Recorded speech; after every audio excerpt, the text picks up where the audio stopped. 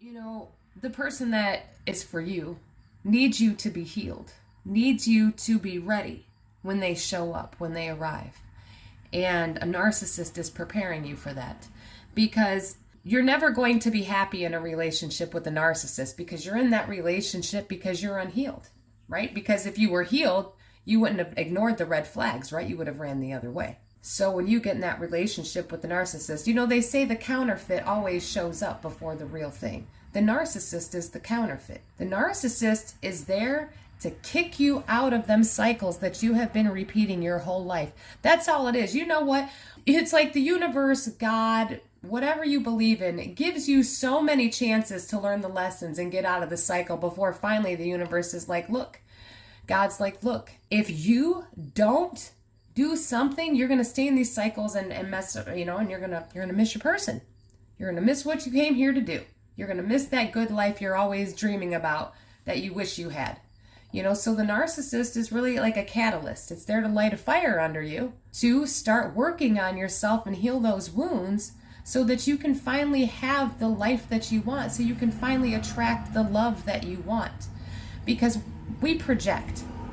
So everything that you feel about yourself is what you're projecting onto other people. The narcissist does that. That's the main thing a narcissist does. And because a narcissist is so unhappy inside, they project all that unhappiness onto you. And once you internalize it and you believe you're the problem, and they gaslight you into believing all stuff, but that's the only way a narcissist is going to get you to believe you're the problem. If a narcissist projects onto you and tells you you're the problem and you're A, B, and C, and they didn't know how to gaslight, they wouldn't be able to get you to believe it and internalize it. They have to use manipulative behaviors or they wouldn't get you to believe that you're the problem. They wouldn't get you to internalize it. You'd be like, no way, man. And that's why knowledge is power. That's why being in the relationship with the narcissist that did the horrible stuff they did to you was actually a good thing. It was like a promotion from the universe, because once you get through that and you heal and you get that knowledge and you get that aha moment, you're like, well, dang, now it all makes sense, right? Everything I just said suddenly makes sense. Knowledge is power. When the narcissist can't confuse you, they can't get anything from you. And so when you don't know what's going on, the narcissist is able to exploit you. They're able to do what they can, what they get away with. And really, they were just a catalyst for you to finally go, okay, enough is enough, so that you want to break the cycles.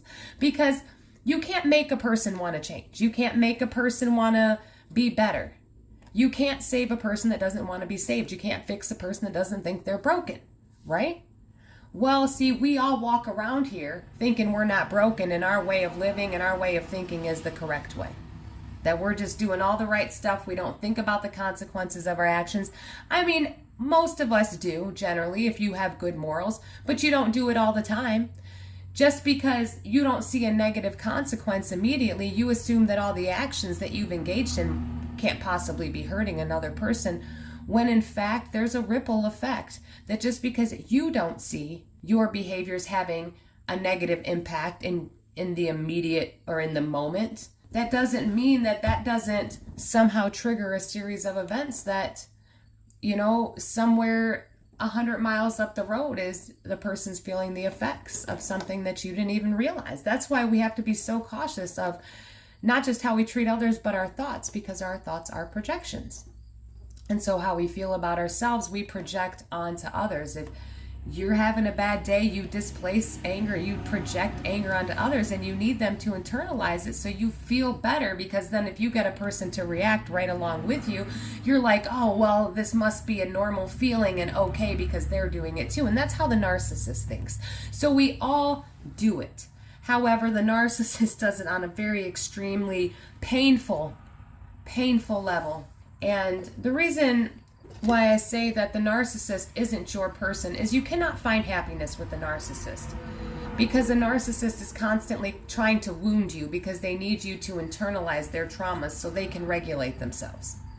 And if you're healed, you're not going to internalize that nonsense. You're not going to fall for any of the narcissist tricks or manipulations. So that forces the narcissist to have to take a look at their life and a look at themselves and go, okay, if you're not reacting, maybe I am the problem. And the narcissist doesn't want to do that because that is accountability. And that is the one thing that they cannot stand to do. They do not like accountability. Their whole disorder is based around avoiding accountability.